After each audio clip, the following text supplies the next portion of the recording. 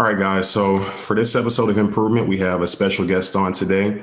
His name is Hamza Ahmed. Thanks for joining the show, man. How's it going?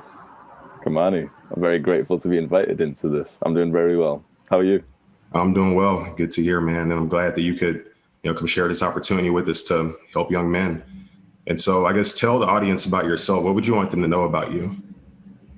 So I have a self-improvement YouTube channel aimed at young men, usually the guys who are stuck in that pretty depressive period where they know about self-improvement, they know about working hard, they know that they should be going to the gym and meditating, and they just don't seem to do it. They know what to do, but they just don't do it. And the reason why they don't do it, which we'll probably get into here, is because of those addictions, the instant gratification, the easy dopamines that we're all just hooked on in this modern day. Right. I definitely agree. And so I can say, my own personal story.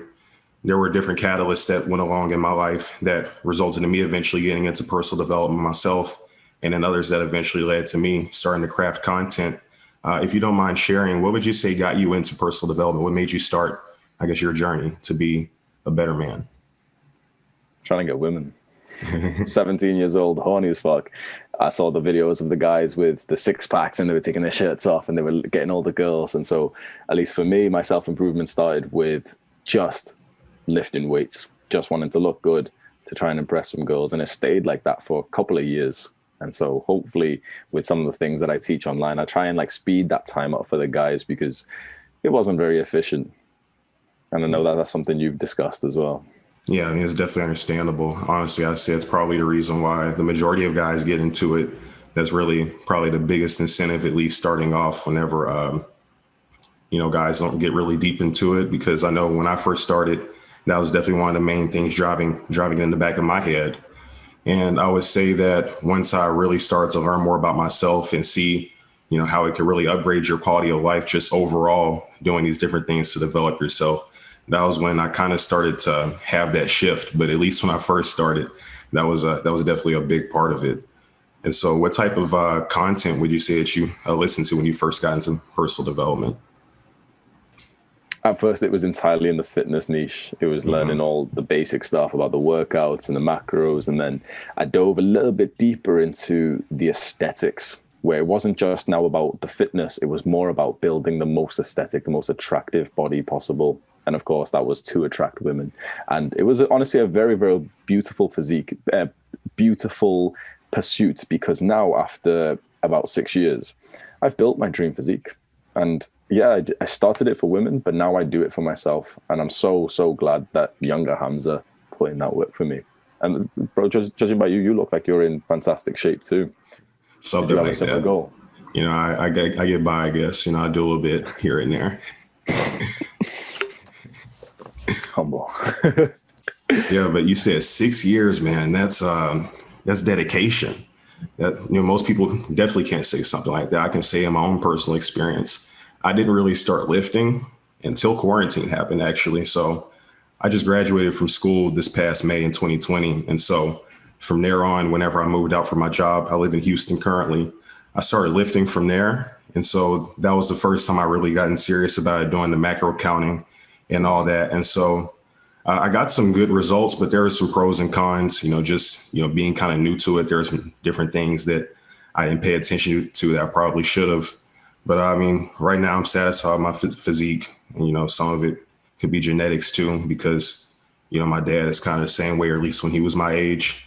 So that was definitely, I guess, another thing that is kind of similar between the two of us, where you talked about building your physique to try and attract women. That was another thing as well, where, I came to the realization more recently that I should be doing it for myself instead of necessarily doing it just to attract women, for my own health, for my own self-image and that type of thing. So it's definitely a similarity that I can see. So that's a tricky point to try and help guys with, where we've went through this ourselves. We started for women. And so I've got a question for you. How would you now help a guy who's in our original position, who's doing it entirely for women? What would you say to him to reframe his mind? Whew, that's a tough question. What would I say to, I guess it would be my past self, a guy like me, to get him to the point to where he's not developing just for sake of getting women. Honestly, that's kind of something that's tough to just kind of sum up in like just a few words, like in a sentence or something like that. I can say that at least the realization came for me from having different life experiences and seeing how my own different constraints were limiting some of the success I was having in other aspects of my life. Maybe not just with women, but, with career, with personal relationships, just alone, like, mental health and happiness, that type of thing. That's what I would say. And so from kind of seeing that and then also developing a purpose for life as well, that was when I started to see that, having that pursuit to where, really what these guys are doing is making the primary focus of their life, doing things to get women. It's pretty unfulfilling. And then from my own personal experience, I can say that, no matter what type of results you get, it never does seem like it's enough. And then even when you get the end result that you might want, which might be, sex from this girl or whatever, to date that girl, once you're kind of in the moment, it's really not as great as like you built it up to be in your mind. And so that's something that kind of just came from, getting some miles on me, I guess you could say, going through life and getting older. It'd be really, really tough to talk to a young guy and kind of give them that perspective, give them that, help them get into that frame of mind unless they actually experience it themselves. I'm sure it's possible to figure out a way to communicate it, but at least that's just how it's worked for me. That's not something that I've figured out yet to be able to help guys with, but it's definitely something I could work with. I'll write that down. Very, very well said. And so I'd branch off that. I'd say it is very tricky. I brought this up to my boys in my tribe in a little Discord server that we've got. And one of my admins said, he agreed with the points I was saying, but he said, you know what? Would younger Hamza listen to you? It's like you are a guy who's got an abundance of water right now. And you're like to the thirsty guy, like, oh, bro, don't worry, water's not that important, bro. The thirsty guy's not going to know because he hasn't experienced it. The thirsty guy needs to drink enough water to the point that he's already got the abundance of water. Then he's like, oh, water's not that great. Like, you only need enough. The issue is that the process of getting enough, like you said, is very difficult because you will never really get enough of three things: pussy, money, and muscle. You'll never get enough. You'll always chase the pump. You'll chase the big sale. You'll chase the woman. You'll never get enough. And the only way that it will feel enough is when you reframe your mind and you start thinking, okay, why am I doing this? Because we could get real deep right now. You said, oh, eventually you chase the woman and you get her and it's never as good. That's because the woman was never the ultimate goal. Sex was never the real thing that you wanted. It was like the symptom. The real thing you wanted was what you thought sex gave you. And that's where we get into the weirdly like spiritual stuff. And it's usually something to do with like self-worth. It's always linked to how your mother or your father treated you. It's something to do with your own validation for yourself, because you think that getting this high body count gives you status of some sort. And that's the tricky bit, because then you're not even acting out of sexual impulse. You're not acting out of intimacy, out of wanting to connect to someone else and actually have a great experience. You're acting out of social influence, out of the social media thing of, everything's been so sexualized. You're acting out of that. And you're never going to be satisfied with that. That's deep, man. And yeah, I can definitely agree with what you're saying, how it kind of gets to the point to where, you're right, where it's not the actual sex that really becomes the goal, but it's what you think will come from it. I guess that status or, building that ego, patching up that number that you're trying to build to, I guess, present yourself as this image that you're building in your head of who you are. And so, yeah, I can definitely agree with that. And I remember you touched on how you'd listened to my past episode about hookup culture, porn, social media, that type of thing. It kind of touches into something I'll say it's a little bit similar. Yeah. Where a lot of guys, I feel like, kind of base their worth in that. And it's kind of depressing, because even the ones that, are really just, running through all types of girls, even the ones that I know that I've talked to, they kind of say that, it's not, I guess, what they thought it would be, or they never did get that feeling that they would expect from it. And I guess that's kind of ties into what you were saying about how it's something that's a little bit above that, about how it's supposed to, fill some sort of void, and it's really not. And so, I guess that's kind of where purpose comes into play, to where it's supposed to fill that gap. And so that's really been the toughest thing, I'd say, in making the content and just talking to people that I know about it and trying to help making it to where people can make that realization. But I guess that's a work in progress. Still trying to find a way to do that. But you seem like a very knowledgeable guy, because it took me a few years to realize this, but the answer to that void, which we're patching up this void right now because of, we're doing it through sex. We're doing it through the body count. But that's like a Band-Aid patch over it. It feels good temporarily. It's that instant gratification that, your number counts up and you get to tell your boys, and hopefully one of your boys saw you get with that girl as well for more social validation. But the hole gets permanently filled through purpose. Purpose needs to be on the pedestal, not women. And I love that that's something that you've been drilling in your podcast. Right. And so, I guess once guys can make that jump from making the focus women to making the focus the purpose, I feel like it's transformational in your life. Because one thing I can say is that whenever I made that transition from, making every weekend about going to these clubs or these bars, whatever, to go talk to girls or whatever, instead of revolving all my free time and the things that I was doing and maybe what I was buying or wearing around attracting women, once I started living for me and not looking for that validation from women, that was when I became a whole lot happier, I would say. And so that's really just like the trap that I think a lot of young men fall into, and they let that eat them up, and it gets to the point to where they're not even being authentic to themselves anymore. Well said. So do you feel like a young man in this position, do you feel like it's mostly due to outside influences? Because I think your mindset seems to be, it's about like the social media and the sex sales media and porn that induces this into young men. So I think some of it is definitely part of our nature, just being men. So I think that definitely has something to do with it.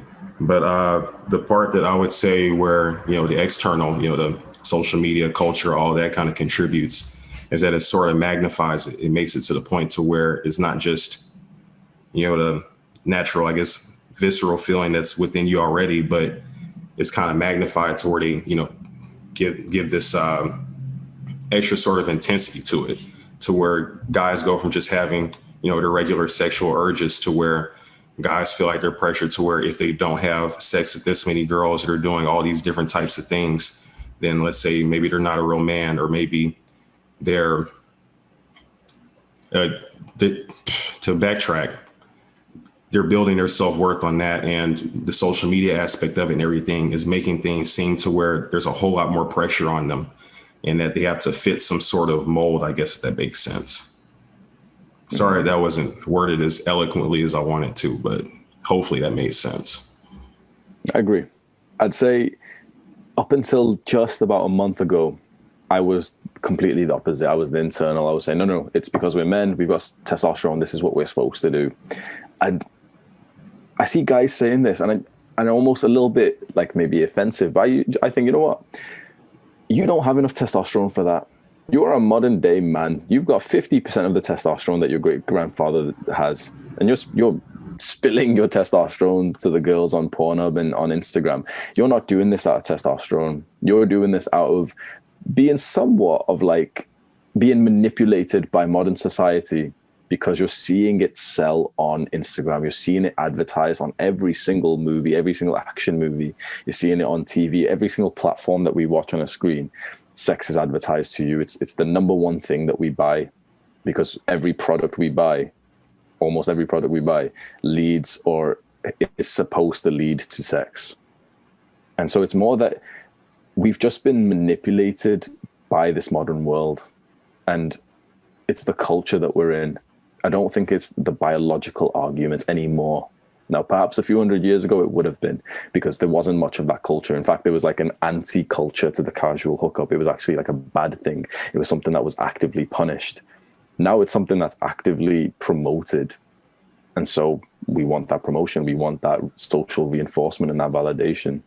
And so now we're not even acting from our internal selves of what we want. We're not using our own drivers for action.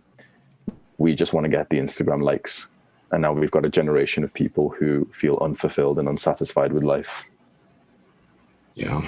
I definitely agree. And I can see how whenever you make your different points, it kind of touches on things I made episodes on, or I'm currently working on episodes for. When you talked about how, with the ego portion of it, how it gets to the point to where, they're doing it for the Instagram likes and things like that. It's to a point to where they're not really, they're kind of basing their self-worth on things that are external. And it's something I talked about in one of my identity series episodes, to where we have to make sure that we build a strong enough identity to where we don't let societal expectations or anything external from us determine our worth. You know, doing things that are to develop our internal, like making sure that you meet your values that you think you should have, as a man, making sure that you're taking the actions that align with those values, things that you can all control. So that way, whenever it gets to the point to where something external happens, where let's say you get rejected by that girl, since we're talking about girls, or you don't get that job, or you get fired from your job, your identity isn't based on your success with women. It isn't based on that career that you're in. It's based on character or whatever else that's internal that can affect those things. But it's all things that are within your control, not something external. Very well said. And the book, The 7 Habits of Highly Effective People, I believe goes into this with some great detail, where all of the habit, it's not really habits, it's more like personality traits of effective people. They're all internal. It's all about using your internal drivers to motivate your actions, and being very, very critical and introspective to make sure that outside influences aren't changing how you react to the world. And it all really boils down to ego. You seem to know quite a lot about ego. Yeah, I mean, you could say that because it took a lot of work to, work on my own and kind of get to this point. Because, I mean, you can look at the content and you can develop yourself and everything. But at the end of the day, if ego is still a big factor for you, then it doesn't matter if you don't subscribe to these different parts of the culture. Let's say someone, makes a joke or something, or, says something about how you don't do hookups or anything like that, just taking any type of shots. Ego would have it to where that's something that bothers you. But the thing is, working to get rid of my ego, which I'm still doing. I'm a work in progress. I'm not perfect or whatever, but working on my ego made it to the point to where I could be confident in what I was doing, confident in myself, and, actually know that my worth isn't based on those things they might be judging me on, since I'm moving in a different way, since I have different priorities.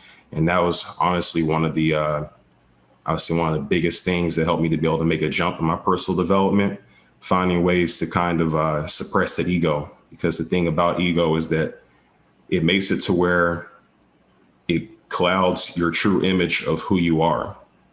Whenever you have a big ego or something like that, it's kind of like a shell or a mask, I guess you can say, to where, you want to present this image and you're trying to also convince yourself that you're that person. But the thing is, if you're actually not that person, there are going to be points in time to where you get exposed. And, that hurts more than anything. But whenever you actually know who you are, you know what to expect from yourself, and you know what you're doing, you don't really have different situations like that socially or in any other type of environment, because you have that self-awareness, you know who you are, you prioritize, and it's honestly a whole lot easier to move through life like that, I would say. Very well said. So let's say there's a young guy who's 21 years old right now, listening or watching to this, and he doesn't really grasp what ego really means. Like, he's heard, the word ego, but he still doesn't really even understand what it means. What would you say? What is your definition and your perception of ego? My definition, perception of ego. What I would say ego is like this ideal perception of yourself, or maybe not ideal, but, maybe in like a specific situation, that's probably your ideal perception of yourself. And it's the thing that causes you to avoid, what you perceive as embarrassment or anything like that, to kind of protect this image that you might have in that moment. And so the thing that I've been consciously trying to work on is, whenever I have those feelings, of, oh, I don't want to get, rejected, I don't want to get this certain type of result, or I don't want to try this because I might get embarrassed and this might happen. I think about how that's my ego talking, and how whatever it is that I might be scared or nervous to do, really probably isn't even that serious at all. And the only thing stopping me from doing it is because it might hurt that image I have of myself, thinking of myself as this certain type of person. And so I've really tried to get into the habit of whenever I, get that feeling in my chest, throwing it away, because if you can do it in little small stuff here and there, during the day, like let's say you see a girl in the grocery store or something like that, you want to talk to, she's cute. Getting rid of that ego portion of you that's telling you I shouldn't go approach her, to protect your sense of self and not get rejected because of the potential of that, throwing that away and automatically just doing it immediately. And knowing that, obviously from the personal development that you're doing, that whether she wants to talk to you or not has no type of bearing on who you are or your value as a man. That just means you just want her cup of tea. And plus it's from a 5-10 second interaction. So that's, I guess, if that answers the question, that's why I say ego is that sense of self in the back of your mind that either makes you do things that are out of character or do things to protect that vision that you have of yourself. Kamani, I'm very impressed. That was a fantastic answer, especially the approach, because this is actually, I literally just had a call before this podcast that we're doing now of a guy asking of advice on approaching the standard stuff of, approach anxiety. And that's probably one of the best answers you could give someone who's wanting to get into approaching. They understand it's a skill, and it's probably one of the most important skills you could level up as a young single man. Not only is it good for the dating life, and it's probably even more effective than being on the dating apps, but that's how you'll actually make new friends, quality friends. That's how you'll meet new business partners. That's how, when you eventually go to that social setting, like the party, you're going to be like the life of the party if you can approach people and, put them into like a fun vibe. And that's so nice what you just said, that our ego will get hurt by it. Our ego is so fragile that when we're going to go up, we literally get real symptoms of anxiety because of that. And all we're doing is just giving a sales pitch, an elevator pitch, a 10-second, here is what I can say to you in 10 seconds. If you don't accept this, fair enough. But our ego says, oh, wait, if she doesn't accept you in those 10 seconds, what might actually happen is, one, you'll never be able to reproduce again. And two, everyone around you will banish you from the tribe. They'll all beat you up for trying to speak to the woman. Our ego, it's like trying to protect us. But it's very similar to that lizard brain. It's like the anxiety where it just doesn't really understand how the modern world works. And the modern world has really messed up things inside of us, which probably were good for us hundreds, thousands of years ago. If I had to answer my own question and say what I would tell this young man what ego is, I'd say it's your social identity. It's not your true identity. It's what you want people to think of you. And it's only the social side. It's like the external side. Although you feel it inside, it's almost only affected by the external. And so approaching, it gets scary because of the ego. Pride is a problem because of the ego. Pride's actually not even a good thing. It took me so long. You probably maybe have had this mindset. Most guys would have this mindset that the pride's fantastic. You'd like to be a proud person. It took me so long and a bunch of books to realize that pride is actually almost like a virus. It's actually something that stops your growth. And that's because pride fuels our ego. And a skill that I've recently learned is humility. And humility is what destroys the ego. If, the topic of this podcast is somewhat about the sex scene and the casual hookups and that being fueled by ego, humility will reduce that for you. You must have the humility to say, you know what? I don't think I want to sleep with tons of girls. The boys are going to laugh at you. They're going to call you gay, and everyone's going to find it weird that you're a young man, and they're going to say, "Wait, are you gay? What's wrong with your sex drive? Does your dick not work?" The guys are going to say that to you. You have to take that humility to break the ego, because the ego is, oh yeah, boys, I've slept with 17 girls last week. What about you, mate? Oh no, I'm on 700 that's the ego. And it's fueled by that social identity of trying to sleep with the girl and making sure that all your boys watch, posting a little sneak picture of her on your Snapchat story, just because you want everyone to watch and fuel your social identity. Right. And when you put it that way, I really like that social identity, how you made it that concise. And I guess that pretty much sums up what I was saying. And so I like that you came up with like a term for it. And so I'll have to write that down to use that. But also to touch on something else that you mentioned, you talked about the lizard brain. And so for people that aren't familiar with that term, could you touch on that a little bit? I know you did already, kind of giving an idea, but could you explain to the listeners what the lizard brain is? Of course. The lizard brain is the source of pretty much all of your problems. Now, scientifically, the lizard brain is the amygdala, and it's one of the oldest parts of the human brain. It's close to the brainstem, which means that the earliest humans, like our ancestors before they were, I don't know the real science, but the ancestors before they were like real humans, it was the part of the brain that they had. And it's what the part of our brain that gives us the fight or flight emotions. It doesn't exactly process things. It's not exactly the smartest part of our brain. Now, it kept us alive. It's the reason why we are alive today, because it would kick in when the saber-toothed tiger would come, and it would tell the strongest men, fight. It would tell the weaker men and the women and the children, flight, run away quick. And so that's why we are alive as a species. But again, modern society's fucked that up. And now the overwhelming majority of people have got anxiety symptoms because that fight or flight mode is almost always on. So the lizard brain is kind of like almost like a bro-science-y way of explaining the amygdala and the fight or flight mode. And so, for example, the lizard brain is the reason why you'll set the goal to work out 5 times a week. And after the first day, now it's Tuesday, you should be going to the gym today. And just somehow it's like your brain just very cleverly just convinced you to not go today. You had the plan to go, and then you're like, oh, but wait, but it's raining. Or you know what I could do is I won't go today, and then I'll do 2 workouts tomorrow. You'll say something which sounds so clever and it's so realistic, or it's about the diet for a lot of people. It's like, oh, wait, I'm supposed to be dieting. I'm supposed to be losing weight. Wait, what? You know what you could do? You could eat all that chocolate and then just eat less tomorrow. Just eat it all quick because you'll feel so much more comfortable. The lizard brain is the reason why you hear your voice in your mind, which actually goes completely against your goals.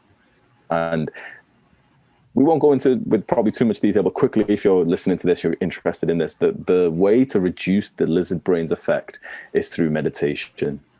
Meditation reduces the size of the amygdala and makes the prefrontal cortex bigger. And that's the part of our brain that we want bigger. So is meditating something that you've picked up recently, or have you done it for an extended period of time? So I started very consistently in May 2020. So it's been 11 months where I've perhaps missed about 10 to 15 days only. So very, very great consistency. And I knew about it for a while, but it was literally the lizard brain that just kept on stopping me from it because it was just making the excuses not to do it. How about you?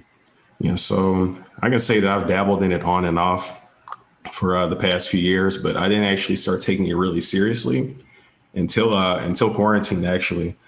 And so, when I started my job and everything, I noticed how there would be plenty of times where I couldn't focus past, maybe 30 minutes or something like that, how I wasn't as productive as I wanted to be, how I was always distracted by my phone. And so to sort of build that mindfulness and be able to help me to get into that deep work mode and be able to focus on things like work and also the podcast, after I started doing that, that was when I really got serious about doing meditation. And so I guess you could say I'm kind of in the beginner stages of it, but for the past 6 months, right before I go to bed, I'll do it for maybe 10 minutes, something like that.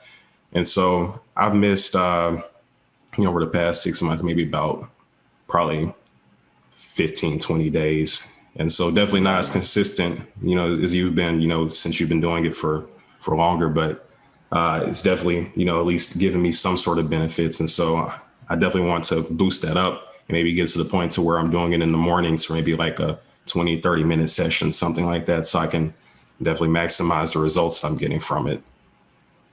Highly recommend that. It's perhaps the best investment you'll ever make because it compounds like magic.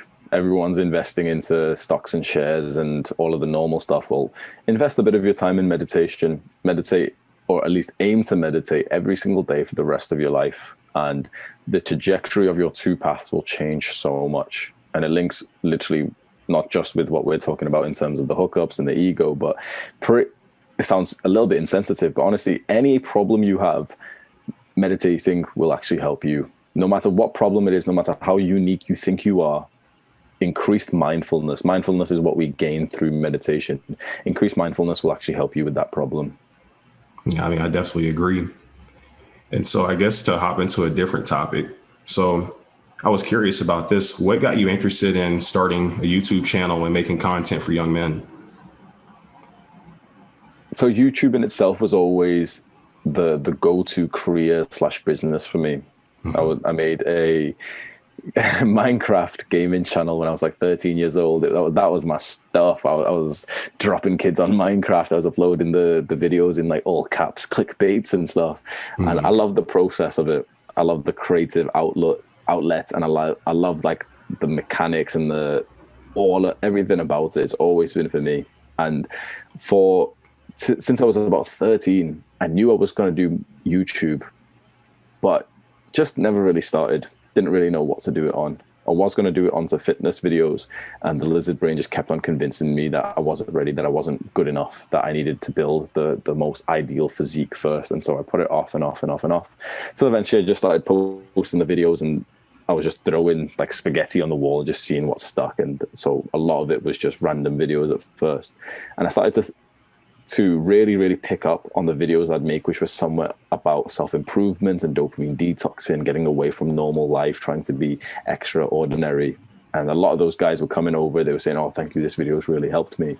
And then that's how I found the niche. And I created that into my purpose, which is now to help young men with their self-improvements, because I've been through it myself. And the process, once you've gotten the map in front of you, the process is quite simple. And so that's what the aim of the YouTube is for me. How about you with your podcast? So I guess you can say it's an interesting story.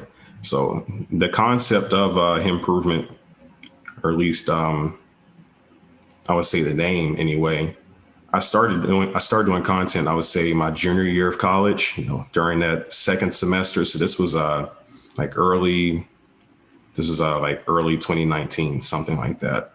And so back then it was really just about productivity, things like that, kind of like Andrew Kirby type of stuff.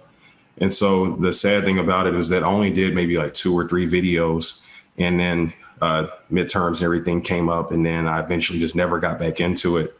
But of course, after graduating and everything and moving out here, and once I started working, I kind of came to this realization, for pretty much the whole 4 years, even before that, the whole purpose of my life, everything I've been working towards was essentially to go to college, get the degree, and get the job. And then, you're pretty much supposed to be set after that, or at least that's what I thought. And so I thought that was the whole purpose behind everything that I was doing. And so after kind of just being a cog and working through that for, the first 2-3 months of the job, I was just kind of thinking, wow, I have pretty much the rest of my working career to just do this. This is what my life revolves around. It was pretty much all I did. And I didn't really see that I was offering a lot of value, to the company, for one. And then also it really just wasn't fulfilling personally. I feel like I wasn't really doing anything. And so in the meantime, of course, I've been doing my own personal development.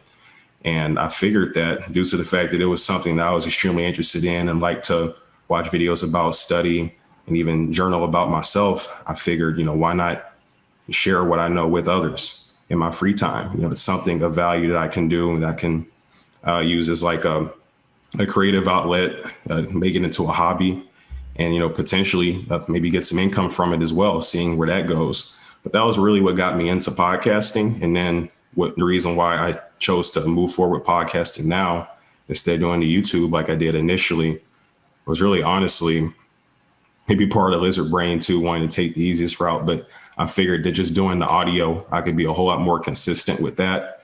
Just, pulling out the mic and just recording something and being able to type up a script, think about what I wanted to say and read it from the paper, as opposed to getting on video and then, having to worry about everything else from the image to how I'm presenting myself, things that probably aren't my strong suit, at least right now, at least until I work on them. It's a fantastic niche to be in, because it's only going to get more popular and more necessary as time goes on. And if you're somewhat of one of the early beginners in this niche of specifically aiming self-improvement towards young men,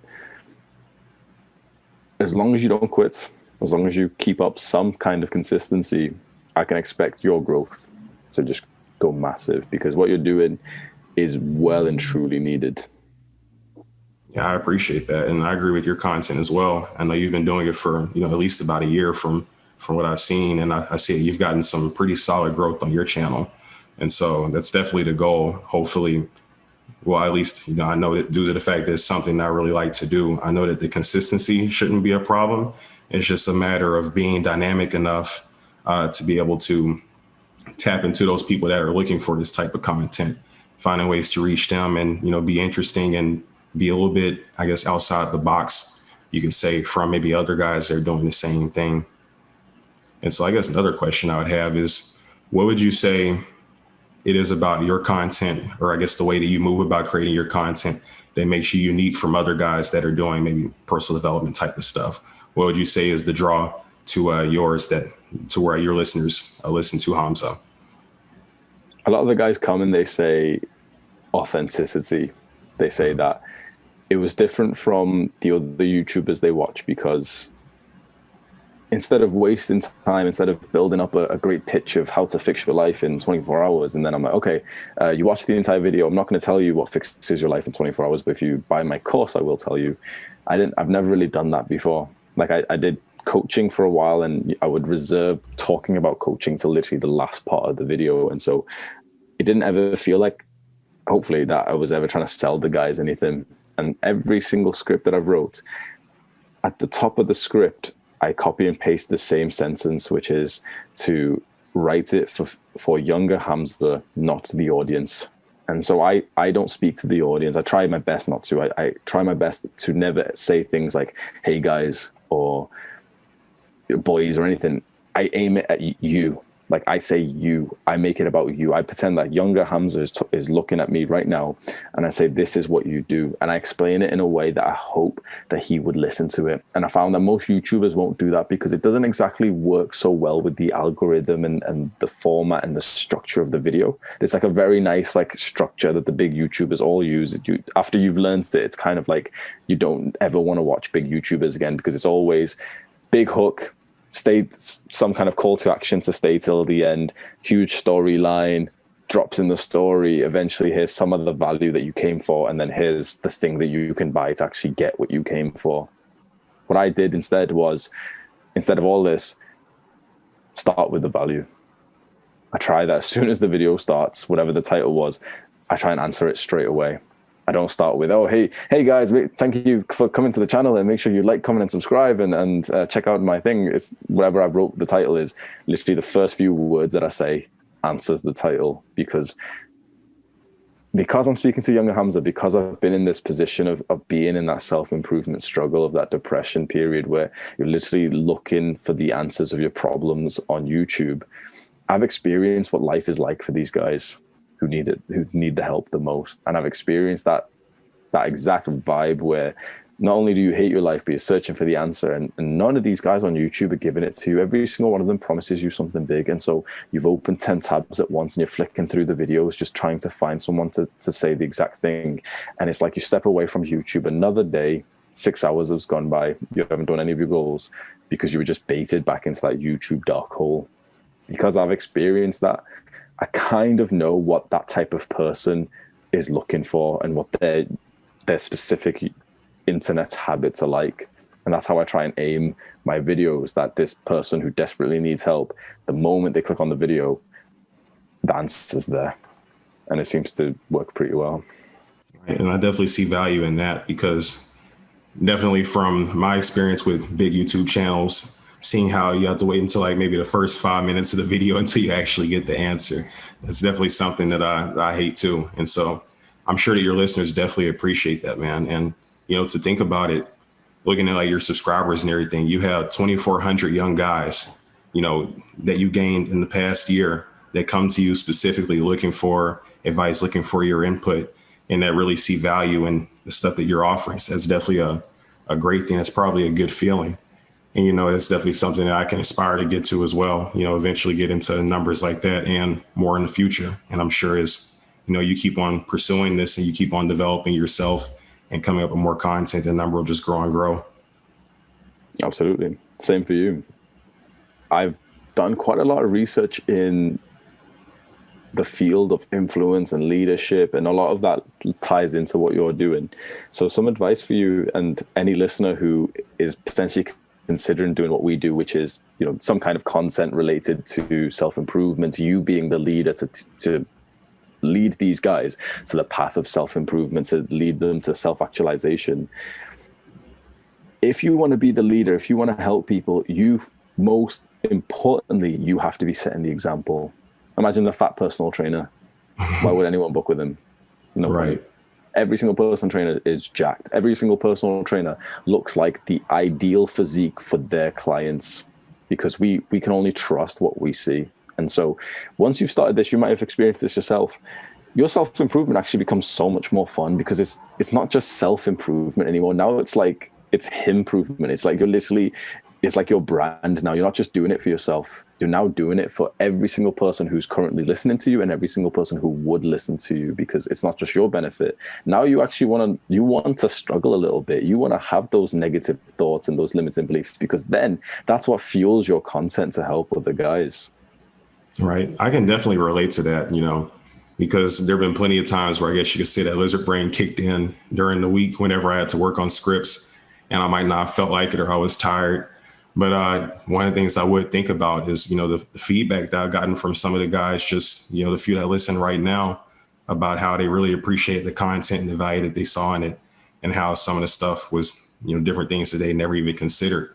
And so just thinking about that in the back of my head, that's one of the things that definitely motivates me to say, let me sit down and, you know, crank out a few pages on the script and get this stuff done. So I can definitely relate to that. And then as far as that negative stuff that you talked about, like the negative self-talk or the doubt, different things like that, negativity can be a good motivator too. You know, you can use positivity and negativity to be a motivator.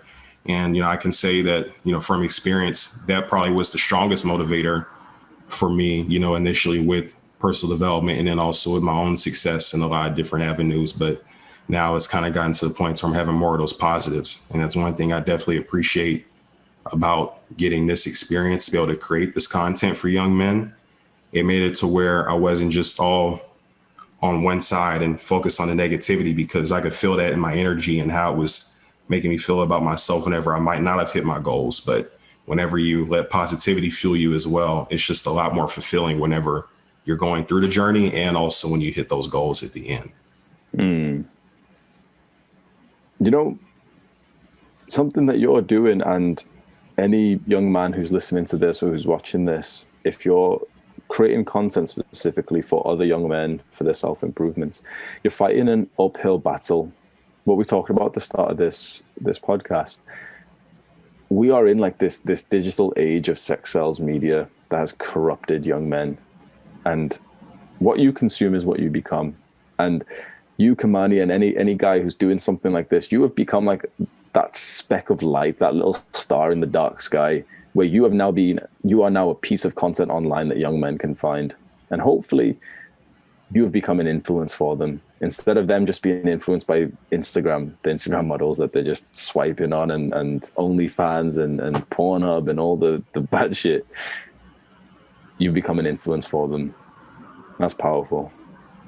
Yeah, it's a good feeling, you know, especially when you put it that way too. You know, to know that you might be, you know, the one bit of content that somebody is consuming that's different from all the other junk that they're getting from Instagram, Twitter, or whatever else, and that you can really be sparking some type of change in somebody's life.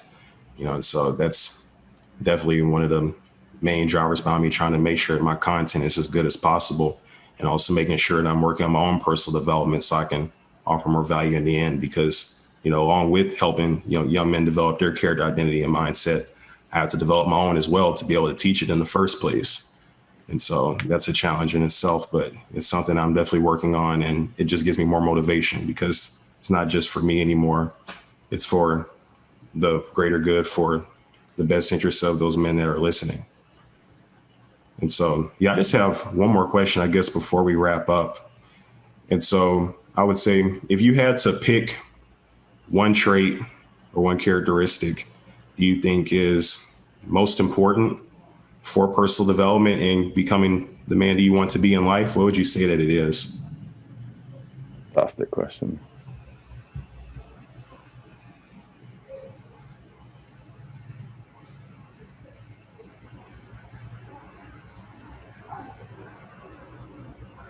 Discipline.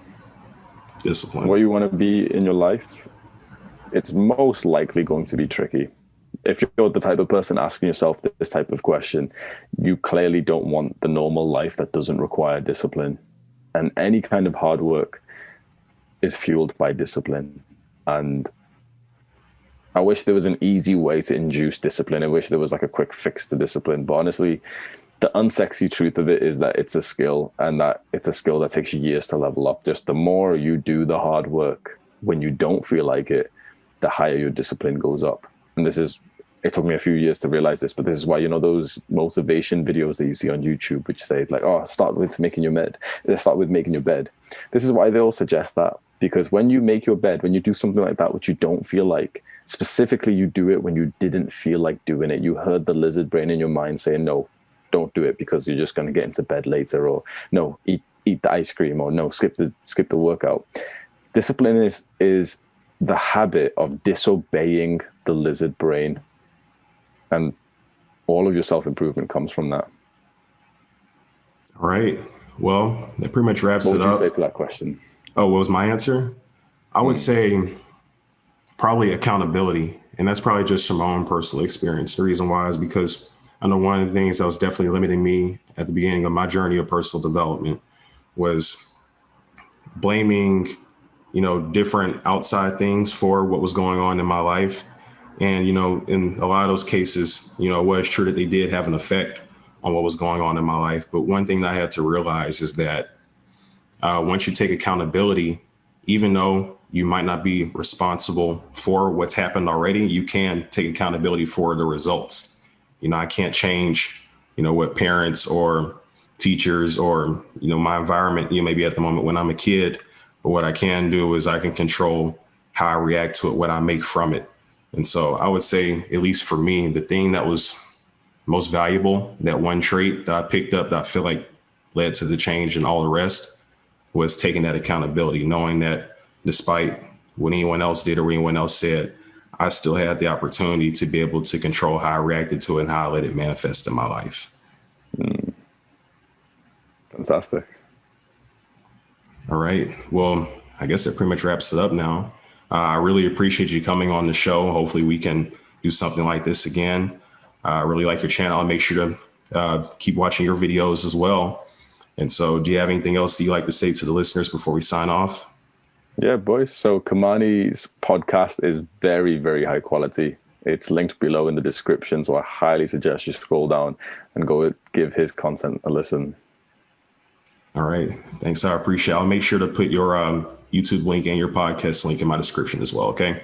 I appreciate that. Thank you for the chat today. All right. Thanks, man. Take care.